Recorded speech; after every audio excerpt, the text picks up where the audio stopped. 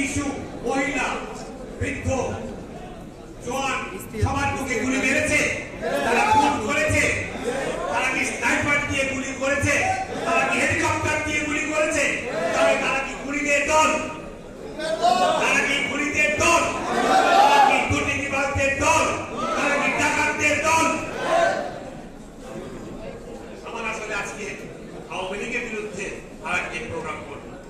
আওয়ামী লীগ যদি খুনিদের দল হয়ে থাকে, ৭১ কারা আমাদের খুন করেছিল, কারা আমাদের মুখে গুলি চালিয়েছিল? জামাত শিবির, জামাত। বন্ধুরা, জামাত সবসময় খোলা পানিতে মাছ শিকার করতে চায়।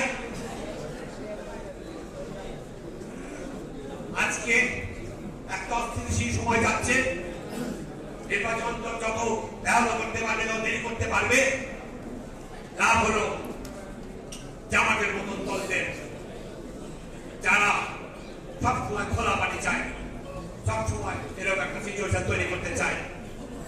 আমরা অপেক্ষা করব, আমরা অনেক ধৈর্য নিয়ে অপেক্ষা করেছি এবং আরো করবো, যতদিন পর্যন্ত আমাদের নেতা নেত্রীরা, বেগম খালেদা জিয়া এবং আমাদের